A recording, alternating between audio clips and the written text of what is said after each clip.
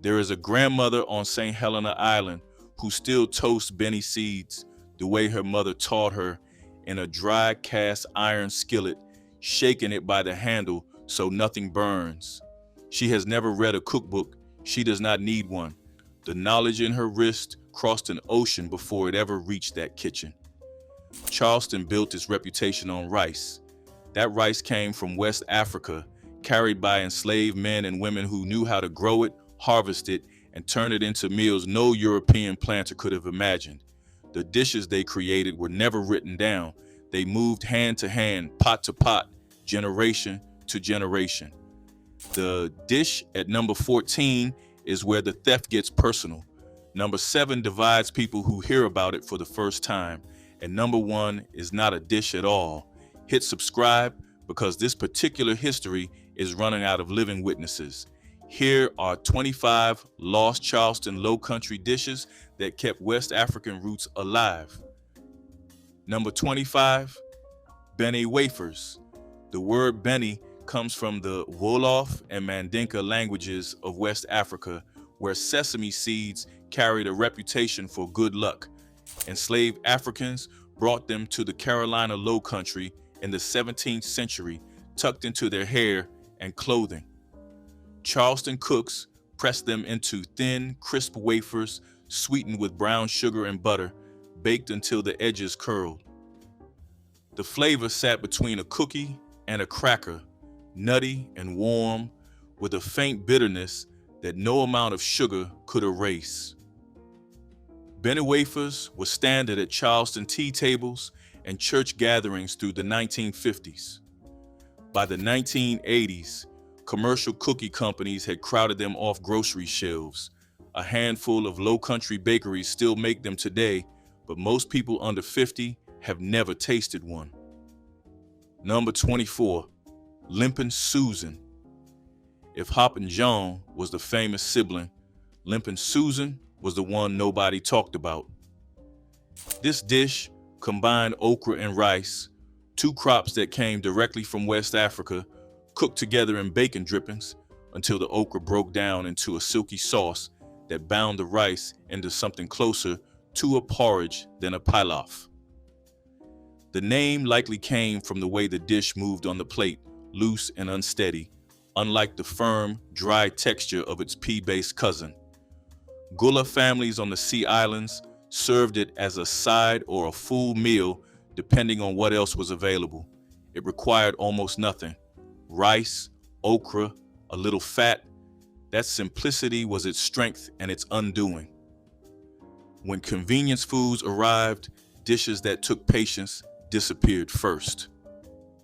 Number 23, crab rice. Blue crabs were so plentiful along the Charleston waterfront in the 18th and 19th centuries that enslaved fishermen pulled them from the creeks by hand. The rice came from the same fields those men and women worked. Crab rice put both crops and catch in a single pot, seasoned with onion, salt, and whatever pepper was available. The technique mirrored the one-pot rice dishes of the Senegambian coast, where protein and grain cooked together in the same vessel, the steam doing the work. Gullah families on James Island and Johns Island made crab rice through the 1970s. It never appeared in mainstream cookbooks because nobody thought to write it down. The people who knew how to make it were not the people publishers asked. Number 22, callus, rice fritters, deep fried in lard until the outside crackled and the inside stayed soft and steaming. West African women have been making nearly identical rice cakes for centuries. In the Lowcountry, free and enslaved black women sold callus on the streets in the early morning hours, calling out their wares to announce them. The fritters cost a penny or two. They were breakfast food, street food, survival food. The tradition was strongest in the 1700s and 1800s and faded after the Civil War as street vending laws tightened and the women who carried the tradition were pushed off the sidewalks. New Orleans kept its version alive longer than Charleston did, but in both cities, the women who sold them at dawn have been largely written out of the story. Number 21, shrimp, and hominy. Before grits became the standard, this dish used whole hominy, coarsely ground corn soaked in lye water until the kernels swelled and split. Enslaved cooks paired it with creek shrimp caught at low tide, cooked in a single pot with salt pork. The one-pot method echoed West African porridge traditions where grain and protein cooked together, the starch thickening the broth as it simmered. This was not the polished shrimp and grits served in Charleston restaurants today. It was rougher, grainier, eaten from a bowl, not a plate. The shrimp had heads, the hominy had bite. When stone ground grits replaced whole hominy in the mid-20th century, the original dish quietly vanished, and the restaurant version that replaced it kept none of the texture. Number 20, okra soup with crab. The word okra traces back to the Igbo word okuru. The plant came to the Lowcountry from West Africa in the holds of slave ships, and it thrived in the Carolina heat. Gullah cooks built entire soups around it, adding whatever the creeks provided. The Charleston version used blue crab, pulled apart by hand, the shells left in the pot to deepen the broth. Okra acted as both vegetable and thickener, its natural mucilage giving the soup a body no flour roux could match. This was a summer dish made when okra peaked and crabs were running.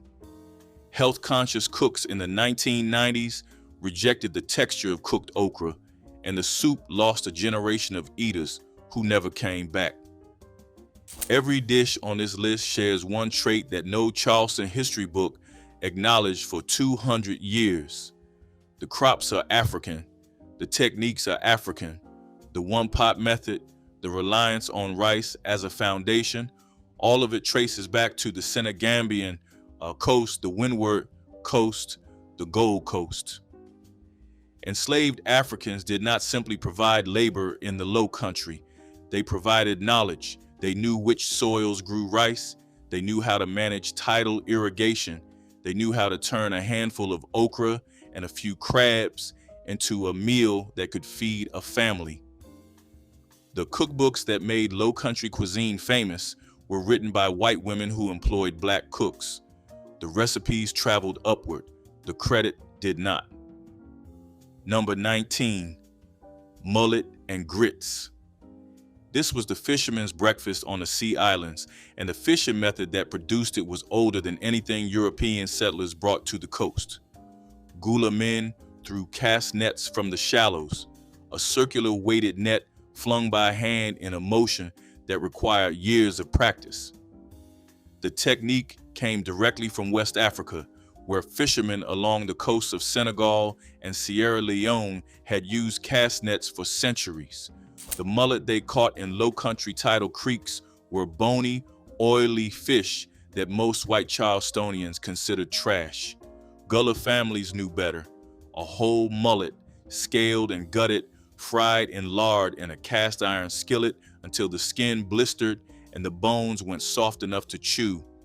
Served alongside a mound of grits cooked in the fish's own drippings, it was a complete meal that cost nothing but time and skill. The cast net was not a tool anyone could pick up and use. It required a specific wrist motion, a feel for the wind, an understanding of where mullets schooled at what tide. Fathers taught sons, uncles taught nephews. The knowledge was embodied, not written. When commercial fishing operations expanded along the Carolina coast in the 1960s and 1970s, the small boat cast net fishermen who had worked these waters for generations were pushed to the margins. Mullet became bait fish in the eyes of the market. The breakfast disappeared with the fishermen who caught it. On a few sea islands today, older men still throw cast nets at dawn, but the young men standing behind them are tourists learning a skill for the afternoon, not sons learning a trade for life. The tradition is measured in single digits now, not generations. Number 18, seafood perlo. The word perlo comes from pilau, which traces its Lowcountry lineage through the Senegambian jollof rice tradition. In West Africa, rice cooked with fish or meat in a single pot was not a recipe. It was a way of life. Charleston's version used whatever the water offered: shrimp, crab, oysters, or all three, layered with rice and seasoned with onion, salt, and hot pepper. The rice absorbed the broth as it cooked, each grain distinct but stained with the color of the pot. Gullah families on Edisto Island and Wadmalaw Island made seafood perlou for Sunday dinners and funerals alike. It was the dish that appeared when something mattered. Supermarket convenience meals made the slow version seem like an indulgence nobody could afford. Number 17, Benny seed soup.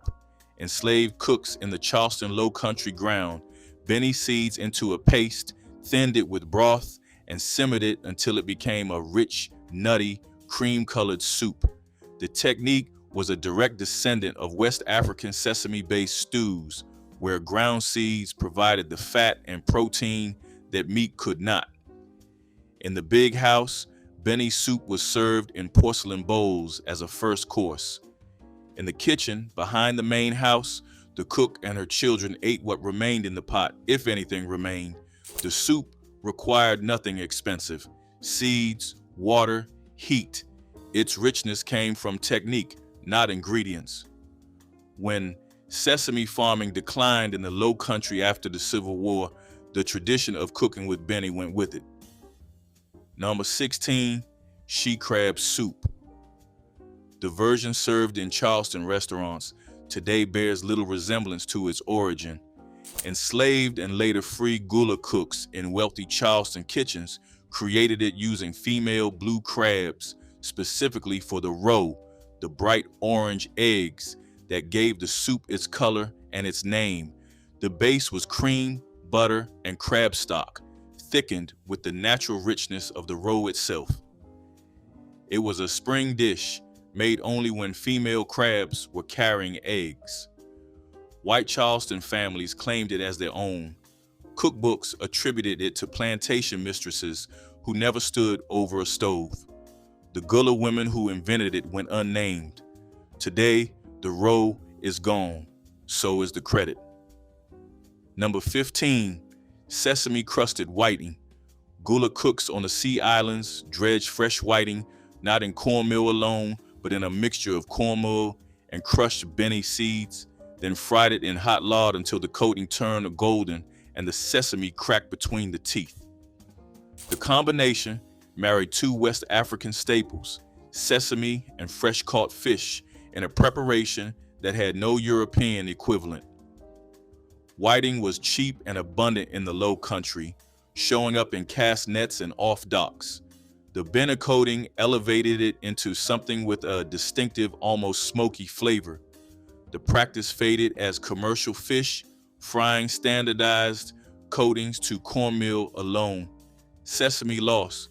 Most Low Country fish fryers today have never considered putting a Ben seed near a piece of whiting. Number 14, rice bread. This is where the theft gets personal. Carolina gold rice was the most valuable crop in the colonial Low Country, and the people who grew it, harvested it, and processed it were enslaved Africans from the rice-growing regions of West Africa. They brought not just labor, but knowledge: how to build tidal irrigation systems, how to thresh and winnow by hand, how to judge when a grain was ready. And they brought the knowledge of how to cook with rice in ways that went far beyond boiling it. Rice bread was one of those ways.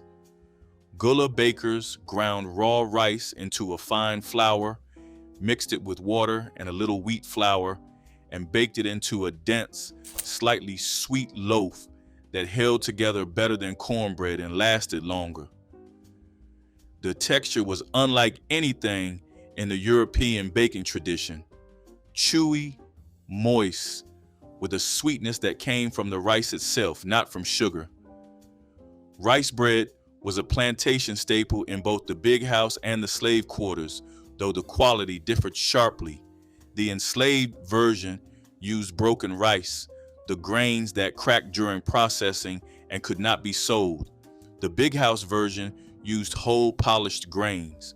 Same bread, different rice, different tables. When commercial wheat flour became cheap after the Civil War, rice bread disappeared almost overnight. Wheat was easier, more forgiving, and produced a lighter loaf. Nobody mourned the loss except the people who had made it, and nobody was asking them. A few Charleston bakeries have revived rice flour baking today, but the original Gullah recipe, made with hand-pounded rice and baked in a wood-fired oven, exists only in the memories of the oldest Sea Island families. Here is the uncomfortable truth. The Lowcountry food system was a theft machine. Enslaved Africans brought the seeds, the knowledge, the techniques, and the labor. What they received in return was a measured portion of what they produced, handed out by someone who owned them. This was not unskilled labor supervised by clever planters. This was skilled agriculture directed by experts who happened to be in chains. The dishes on this list are what those experts created with whatever was left after the harvest was sold and the pantry was locked. They turned bene seeds into soup, broken rice into bread, and trash fish into breakfast. The word for that is not survival. The word is genius. Charleston never said it out loud until historians forced the conversation. Number 13, Charleston groundnut candy. The peanut came to the American South from West Africa, where it was called the groundnut. In the Lowcountry, enslaved and free black women made a brittle candy from roasted peanuts and boiled sugar, cooked until it hardened into thin sheets that cracked when bitten. It was sold on the streets of Charleston alongside Benny wafers, part of an informal economy that gave black women one of their few sources of independent income. The candy required precise timing. Pull it off the heat too early, and it stayed soft. Wait too long, and it burned. The skill was in the wrist and the eye. By the mid-20th century, factory-made peanut brittle took its place. The factory version was consistent. The street version was better. Number 12, middlings. When rice was processed on Lowcountry plantations, the grains that cracked during pounding were separated and set aside. These broken grains were called middlings, and they were the portion enslaved families were most often allowed to keep. In West Africa, broken rice was not considered inferior. It cooked faster, absorbed more flavor, and held sauces better than whole grain. Gullah cooks built entire meals around middlings. Porridge for breakfast, fried with onions and fat for supper, simmered into a thick base for stews. The broken grain was a daily staple in slave quarters for 2 centuries. After emancipation, middlings continued in Gullah kitchens through the early 20th century. When commercial rice mills began selling only polished whole grain, middlings vanished from the market. The word itself dropped out of use. Number 11, field peas and rice. The cowpea family originated in West Africa and crossed the Atlantic in slave ships. In the Lowcountry, field peas and rice became one of the foundational meals of Gullah life. Dried peas, simmered with a piece of salt pork until tender, then spooned over rice. Together they formed a complete protein, a fact West African cooks had understood for centuries before European nutritional science confirmed it. Every Sea Island family had a preferred variety handed down through generations. Some grew their own into the 1980s. When dried field peas disappeared from mainstream grocery stores, the dish lost its supply chain. A handful of Lowcountry farmers still grow them. The tradition thins every year. Number 10, peanut soup. The peanut arrived in Charleston the same way so many ingredients did, aboard slave ships from West Africa, where groundnut stews had been a dietary staple for centuries. In the Lowcountry, enslaved cooks turned roasted peanuts into a thick, savory soup, grinding them by hand and simmering the paste with water, onion, and a ham bone. The result was rich, creamy, and filling on almost nothing. Charleston's wealthy households eventually adopted a version made with cream and stock, served in porcelain bowls at formal dinners, but the original was rougher, made in quantity, and eaten with rice or cornbread. Peanut soup held on longer than most West African dishes in the Lowcountry because peanuts grew easily in sandy coastal soil and cost almost nothing to produce. Families in Mount Pleasant and the surrounding sea islands kept making it into the 1960s. When commercial peanut butter replaced hand-ground paste, the texture changed and the tradition quietly collapsed. Today, the dish survives mostly in historical cookbooks, stripped of the context that made it meaningful. Number 9, pine bark stew. The name had nothing to do with eating bark. It came from a river tradition, a layered fish stew built in a large pot with alternating layers of river fish, onions, and tomato broth simmered for hours over a fire made from pine wood. The bark that fell into the coals gave the smoke its scent, and the scent found the stew. Gullah fishermen on the Edisto and Combahee rivers made pine bark stew as a communal meal after a day of fishing, the catch going straight from the water into the pot. The method of layering fish and aromatics mirrors West African fish stewing traditions where multiple species cook together, each lending its flavor. The stew required patience, a full day's catch, and a riverbank. When access to those rivers narrowed, the stew went with it. Number 8, oyster stew from the pluff mud. Charleston's oyster beds were worked for centuries by enslaved and later free black men who waded into the pluff mud at low tide to harvest clusters by hand. The stew they made was plain, shucked oysters simmered in their own liquor with butter, salt, and a little milk, heated just until the edges of the oysters curled. The method echoed West African coastal cooking, where shellfish were prepared in their own broth, the flavor coming from the water itself. Oyster stew was a winter dish served on cold evenings when the beds were at their best. The men who harvested them were the last to eat. Pollution and commercial harvesting closed many beds by the late 20th century. The stew survived in restaurants. The tradition behind it did not. Number 7, shark and rice. This one divides people. Along the West African coast from Senegal to the Gold Coast, shark was a staple protein. Fishermen caught it, dried it, and traded it inland. The knowledge of how to handle shark meat, how to soak it in salt water to draw out the ammonia, how to cut it against the grain so it held together during cooking, crossed the Atlantic with enslaved Africans and took root in the Lowcountry. Gullah fishermen caught small sharks in the tidal creeks and inlets around Charleston, species that white fishermen threw back or used for bait. The meat was firm, white, and cost nothing. Gullah cooks soaked it overnight, then stewed it slowly with onions and peppers over rice. The dish had a particular savory depth that came from the density of the meat. Rich without being heavy, it filled a table without emptying a pocket. It filled a table without emptying a pocket. Shark and rice appeared at Gullah tables on the sea islands through the 1960s, particularly on Johns Island and Wadmalaw Island. Older fishermen remember catching bonnet-head sharks in the shallows and bringing them home still alive. The women cleaned them on the dock. The children watched and learned where to cut. By the 1970s, recreational fishing regulations and changing tastes pushed shark off the table. The overnight soak, the slow stew, the pairing with rice, all of it belonged to a world that was shrinking. Today, the idea of eating shark from a tidal creek strikes most Lowcountry residents as strange. For the families who made it, there was nothing strange about it.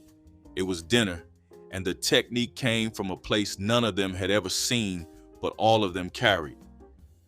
Most of the dishes on this list disappeared between 1950 and 1990, a 40-year window that reshaped the American kitchen from top to bottom. Refrigeration killed preservation. Supermarkets killed foraging. Highway construction cut through Gullah communities on the Sea Islands, opening land to development and tourism. The people who had maintained these food traditions in relative isolation for 300 years were suddenly surrounded by a world that had no use for what they knew. Their children went to schools that taught them to be ashamed of the way their parents spoke and ate. Their grandchildren left.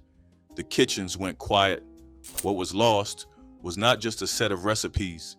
It was a living archive of West African agricultural and culinary knowledge that had survived slavery, survived Reconstruction, survived Jim Crow, and could not survive the strip mall. Number 6, shad and roe. Every spring, American shad ran up the rivers of the Lowcountry to spawn, and Gullah families were waiting. The fish were caught in gill nets, a technique with deep roots in West African river fishing, and the roe sacks were prized above the flesh. Gullah cooks pan-fried the roe in bacon grease until the outside crisped and the inside stayed creamy, served alongside the boned fish and a mound of rice. It was seasonal food in the truest sense, available for a few weeks each spring and gone until next year. Dam construction on Lowcountry rivers reduced shad runs dramatically by the 1970s. The fish still come, but not in the numbers that fed a community. Number 5, cooter, stew. Before the word sounded strange to outsiders, cooter meant one thing in the Lowcountry: snapping, turtle pulled. From a creek or rice field ditch, West Africans had cooked freshwater turtle for centuries before the first enslaved people arrived in Charleston. In the Lowcountry, the method survived almost unchanged. The turtle was cleaned, parboiled, then stewed low with onion, salt pork, and whatever garden herbs were at hand. The meat was dark, dense, and unlike anything else in the pot. Gullah families on Johns Island and Wadmalaw Island considered cooter stew a seasonal event, made when the turtles were fat in late summer. Plantation kitchens served a refined version to white families who called it terrapin soup and claimed it as their own. The original version, the one cooked over a wood fire in a yard pot, had no sherry, no cream, no pretension. By the mid-20th century, declining turtle populations and changing tastes pushed cooter stew out of regular rotation. The families who still remember the recipe mostly remember being told not to make it anymore. Number 4, fufu. In West Africa, fufu is pounded yam or cassava, beaten with a wooden mortar and pestle until it becomes a smooth, stretchy mass served alongside soup or stew. In the Lowcountry, enslaved Africans adapted the technique to what was available: sweet potatoes, rice, or both, pounded into a dense, starchy ball. The result was not identical to its West African ancestor, but the method, the purpose, and the place on the table were the same. Fufu stretched starch into something more satisfying than its parts. It filled the stomach, it held its shape, it carried the flavor of whatever it was dipped into. The Lowcountry version survived in Gullah kitchens through the early 20th century, but was rarely seen outside the Sea Islands. Number 3, conch and rice.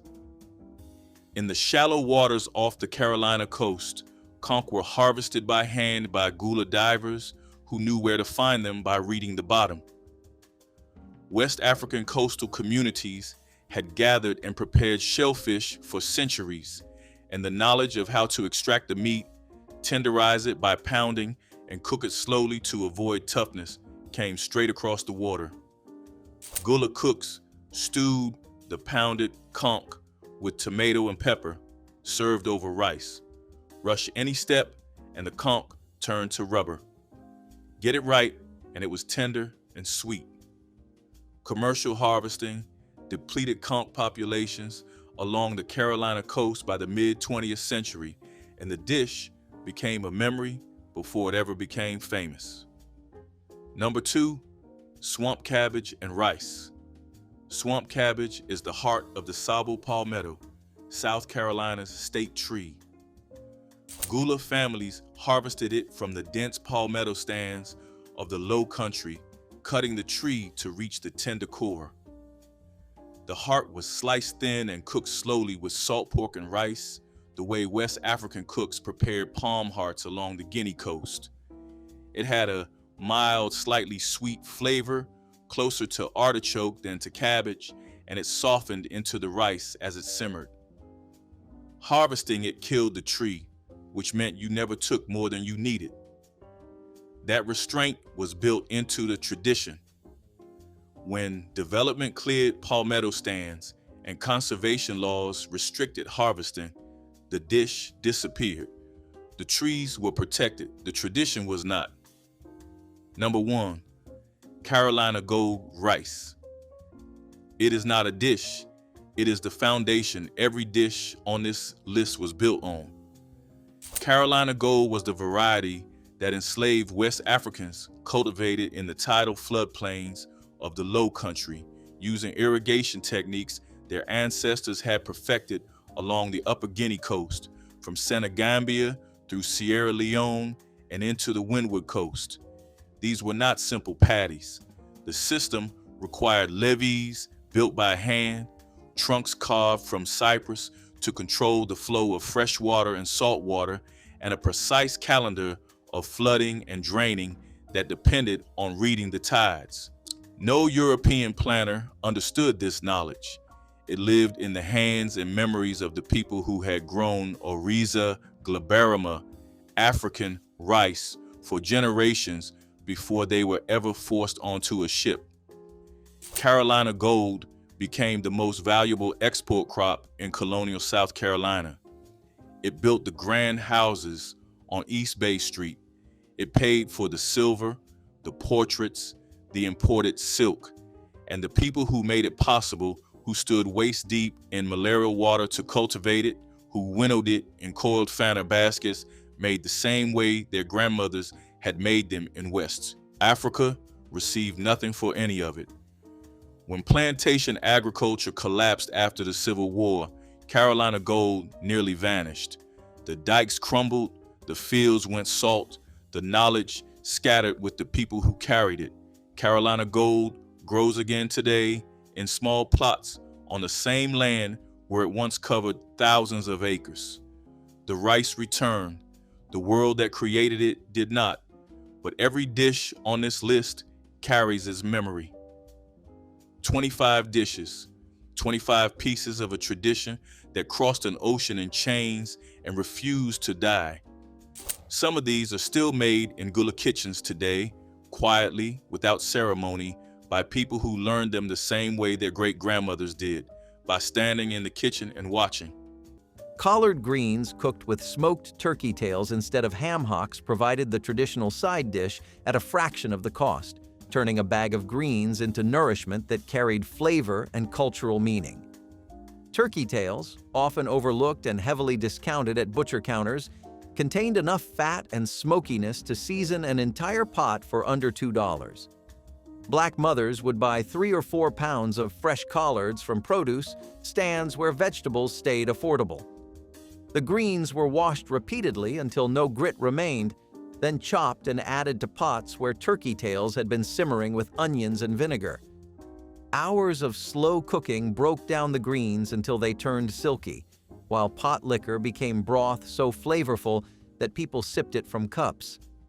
This wasn't just a side dish, but vitamin-rich vegetables that provided essential nutrients. Families served collards alongside everything else, understanding that greens represented prosperity. Cocktail meatballs simmered in grape jelly and chili sauce created sweet, savory bites that children couldn't resist, the glossy sauce coating each meatball like candy while delivering unexpected flavors.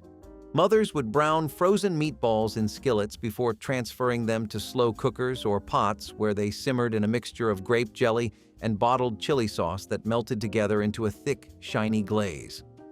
The combination sounded strange but tasted magical, the grape jelly's sweetness balancing the chili sauce's tang and creating a flavor profile that kept people reaching for more. As the meatballs simmered, they absorbed the sauce and became tender, the exterior developing a sticky coating that made them perfect for spearing with toothpicks. In Black households during the 1970s, these cocktail meatballs represented easy elegance, a recipe that seemed fancy but required minimal effort. Children loved them because they were bite-sized, required no cutting, and tasted like a sweet, savory treat. Chitterlings and potatoes were the kind of winter meal that required time, patience, and a strong will. But for many families, it was one of the few affordable ways to put something hearty on the table. Chitterlings were cheap, and potatoes were even cheaper, so mothers used both to build a dish that filled the house with warmth during long cleaning days.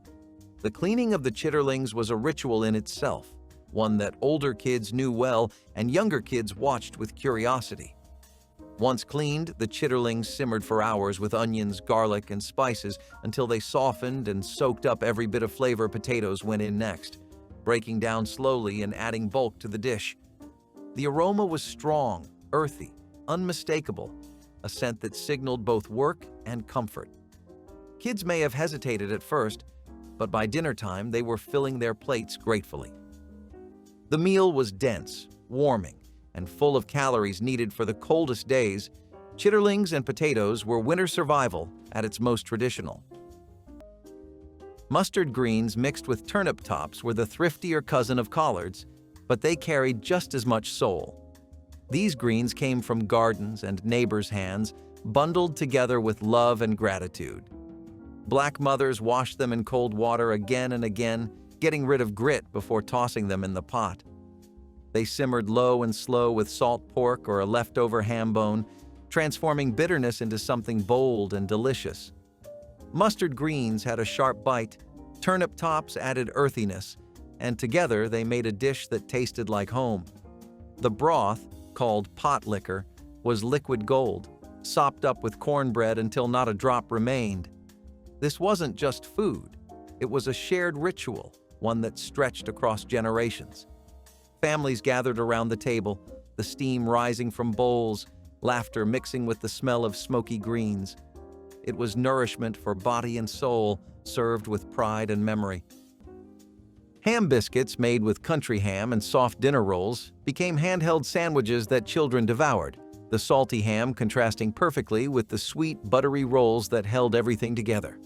Mothers would slice country ham paper thin, the intensely salty, cured meat packed with flavor that needed only small amounts to satisfy, then tuck the slices into soft dinner rolls that had been split and buttered.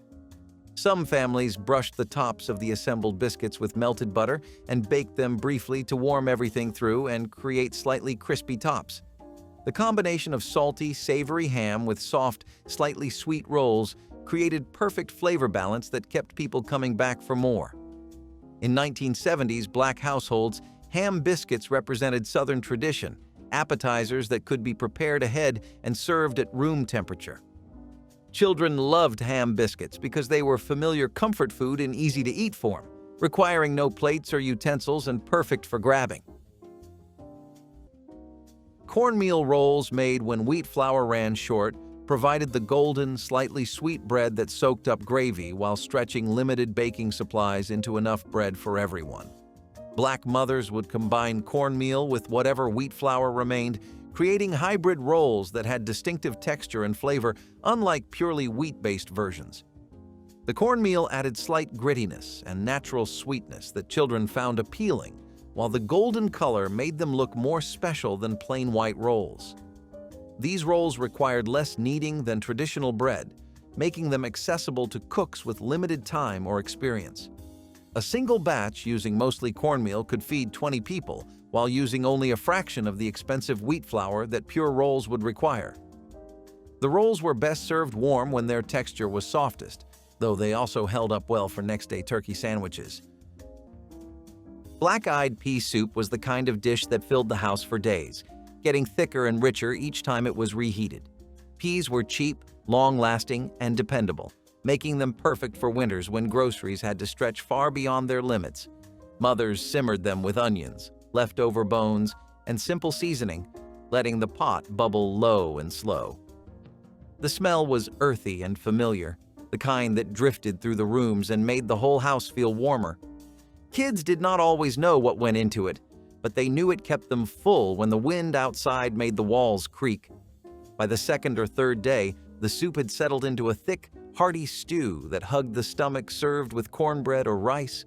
It carried families through weeks when money was gone, but determination remained. Black-eyed pea soup was survival food, hope food, winter food. It was a pot that never stopped giving. Smoked oysters on crackers with hot sauce were adventurous bites that curious children tried.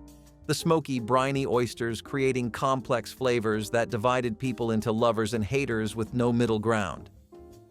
Fathers would open tins of smoked oysters packed in oil, arranging them on serving platters surrounded by crackers and providing small bottles of hot sauce for those who wanted extra heat. The oysters had a strong, distinctive flavor, smoky from the curing process and intensely oceanic. Each oyster was placed on a cracker, sometimes with a tiny drop of hot sauce, creating bite-sized portions that delivered maximum flavor. In 1970s, Black household smoked oysters represented coastal sophistication and culinary bravery, appetizers that showed guests the host was willing to serve bold, distinctive foods. Children who tried smoked oysters either loved them immediately or swore them off forever, the strong flavor creating lasting memories. Candied yams with marshmallows were joy baked in a casserole dish. The yams were boiled until soft, mashed with brown sugar, butter, and a hint of vanilla, then topped with white marshmallows that toasted golden under the oven's heat. The sweetness was almost sinful, but no Christmas table felt complete without it. The smell of caramelized sugar and melting butter drew everyone to the table. It was the dish kids remembered most, a bright, sugary memory that never faded. Candied yams weren't about extravagance. They were about making celebration from simplicity. Every bite was sunshine, nostalgia, and love rolled into one.